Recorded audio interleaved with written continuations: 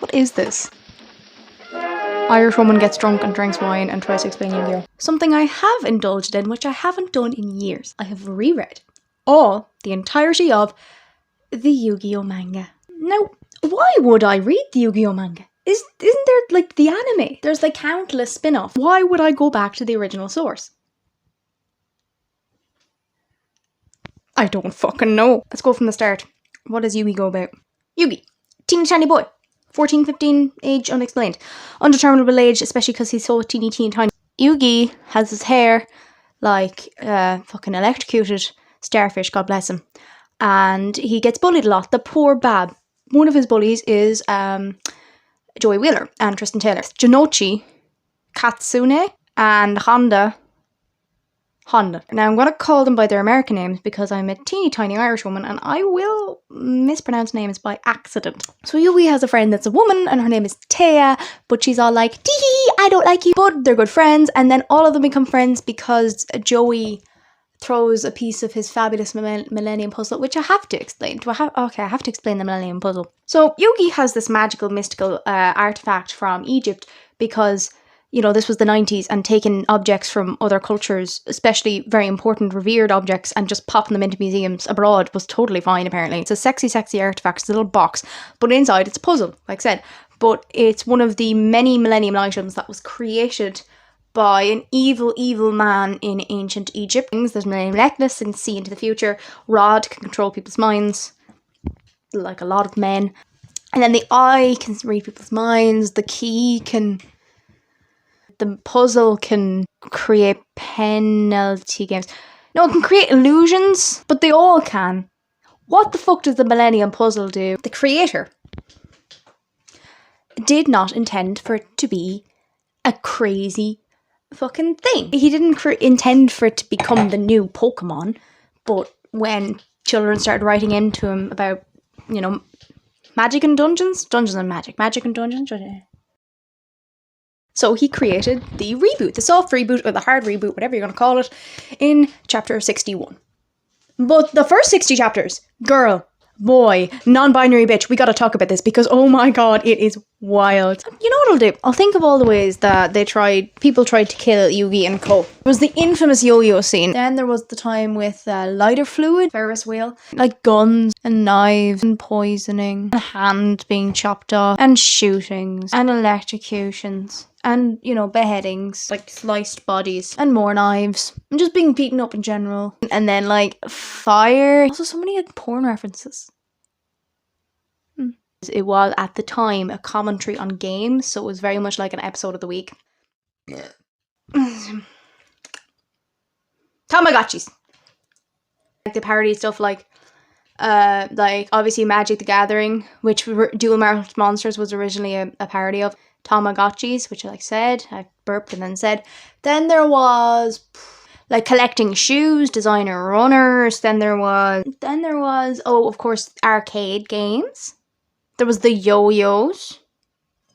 So you get the picture. Every week was like someone in school would be like, "Hey, I am a master at this thing," and YuGiOh and the gang would be like, "No, you're not," and he'd be like, "I'm gonna kill you," and they're like, "Oh no, he's gonna kill us," and then, like, you know, evil Yugi comes out being like, "No, you're not, bitch." And thus, the format of YuGiOh began. Now, that was all well and good, but who was the other Yugi? Who is this boy? I've mentioned the Pharaoh, I've mentioned the Millennium Objects puzzle, but who is he? He was an ancient pharaoh, and he was the soul of the pharaoh that defeated all the bad spirits that came because of the Millennium Puzzles, and his sacrifice meant that his soul had to go into that fabulous little box, the Millennial Box, the puzzle. So the pharaoh is pretty much personalityless, but not really. It's kind of confusing. So it's like he knows what's going on around him. Like he's like, oh, I love Joey because he's a good friend of mine. I love Taya. Taya loves me. It's clear that he cares about their friendship or whatever, but it's only when at the end of Arc 1. Or, well, not Arc 2, technically, when Pegasus dies, because he dies in the original manga. Very sorry. Yeah, so eventually when Pegasus dies, Yugi questions who the fuck he is, and he's like, who am I? I don't know my name, I don't remember any memories, and Yugi's like, oh my god, this poor thing who's been, like, helping me kick people's asses. I don't know who he is, let's find a solution, and it's really sweet, and he's like, I support you, and that's what the whole series is about, it's about friendship. Like, is he a reincarnation of the Pharaoh? That's not explained, like, why does he look identical to the Pharaoh? Like, is it like the pharaoh took the form of his body and then looks different? What I took it as, you know, the pharaoh came into Yugi's body. Not in that way. But he looked like Yugi then. But he doesn't look like that inside. He doesn't look like that in his original form. Then, boom, boom, boom, in his original form. And every time he's in his fucking soul cage, like Labyrinth, M. Night Shyamalan, no, M.C. Escher knockoff, he looks like Yugi. What was I talking about? And I think no one in the series... Oh, here we go. Here she goes. Oh, here she goes off, sis. No one in the series shows that more than my good darling boy, Jonochi Joey Wheeler. This little Brooklyn bitch. He's brilliant. I need more alcohol for this because I'm getting sober just talking about him. He's so good because he has been in a really tough situation in life. And they never... They do pity him in the series, they do. But they never make it his defining feature. He is not just a poor boy. He is a boy with a heart of gold who's also dumb and funny and really lucky. He's really lucky, but he's also a bit egotistical at times, and he's cocky, you know. Conor McGregor fucking... Don't mention that word around here. No. Hey, banned, get out. But that's it, he's a loyal friend to Yugi because he never really liked himself, and that's explained that he didn't like himself.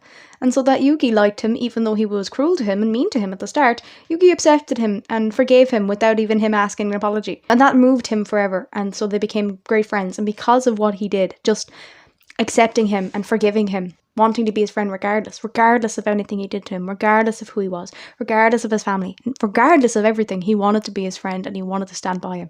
And he quite literally stood by him because he got his fucking ass kicked. And I love my friends. I don't know if I could get my ass kicked for them. It's so nice, you know, when he stood by, and that's what the whole theme is, it's friendship. Arguably, Teia's handled quite well as well. Like a lot of shounen manga, shonen. A lot of manga handle with the women. They handle the women as a sort of prop. And Teiya can sometimes absolutely be seen as a prop, but her speeches genuine and her words genuinely encourage the fucking reader. And not only the reader, but like the fucking people around her, like Yugi, Joey, everyone. It's like, good on you, Anzu, you're pretty great. That's what she's there for, and also for titties. And we stand titties. Plots surrounding the like secondary characters, which were completely dropped in favour of the whole fucking card game main. Am I bitter? Perhaps. Yeah, good old Yugi and Co. It's so good. I used to love this show, but the manga's so much better. Manga's so good. There was Pegasus. He was someone who had the Millennium Eye. Then there was someone called Marik Ishtar.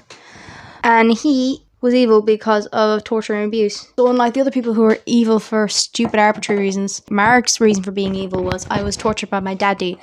Which, I mean, fair, but also that makes no sense. You probably should be angry at your daddy and get therapy. But therapy wasn't a thing in the 1990s. He took his anger out and murdered people, which was completely valid at the time. So there's a few tournaments, there's a few card games. I gotta talk about one character. Because as you may have noticed, I've left out one character.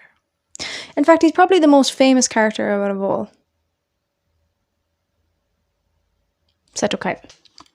Jeff Bezos in teenage angst form. Now, Seto Kaiba is an interesting little bitch because, and I use that word not lightly, basically well known for his trench coats, his dragons, and his overall ass-hattish personality. In the 90s, things were still quite left over from like the 80s, fucking like, oh, make it yourself, and we like millionaires, and everything's pretty cool, whereas nowadays, like, people fucking hate Seto nowadays.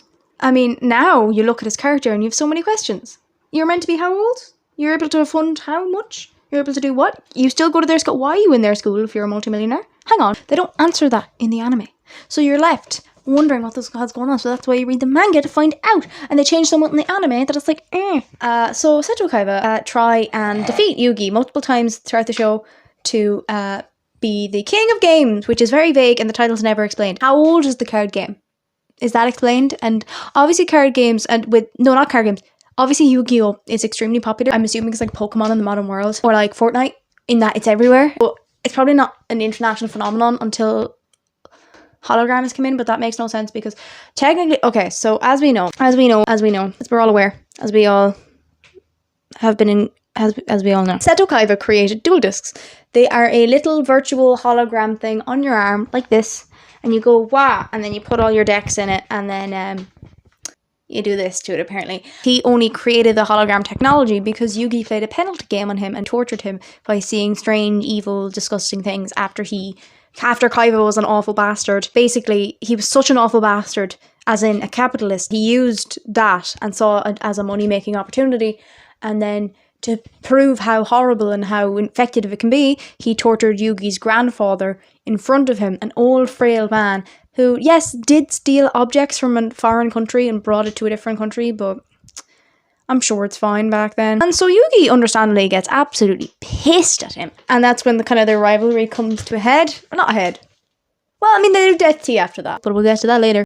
He is a multi-millionaire. He was born an orphan with his teeny-weeny brother Mokuba, who is also evil. Seto Kaiba transfers to the school because he hears of oh, Yugi is good at this, and so he transfers, and then he gets really butthurt because he's beaten in a card game and then has a penalty game put on him, and he gets really like traumatized and triggered, which is like fair, but he takes it way too far by creating Death Tea, which is a death tournament built specifically for Yugi and all the boys and all the gals to get killed, including a baby who shits on an evil man. And they don't get electrocuted anyway, which is great. Only he does. And he dies. Introduced to Bakura. Bakura is a cute little fucking twink. No, he's underage. You can't call him that. He's a cute little bitch. He's a bitch. Also has a Millennium item, a ring, which has the power to corrupt and split apart souls. As you do. But there's also a creature trapped in the ring, much like the pharaohs trapped in the Millennium Puzzle. The same guy trapped in the ring. He just kind of goes on and on about how, wah, I'm good now, and then he backstabs people. There's only 3 seasons to quote. So the first one is about Pegasus and Duelist Kingdom. The second one is the blimp bitch. And then the third one is we're going to Egypt. Woo! They go to Egypt, which is all well and good. Then they get transported into the past, question mark, yeah, by this, I can only describe as a racial stereotype. What is he? Who is he? How did he... But anyway. Ooh. That's enough of that now.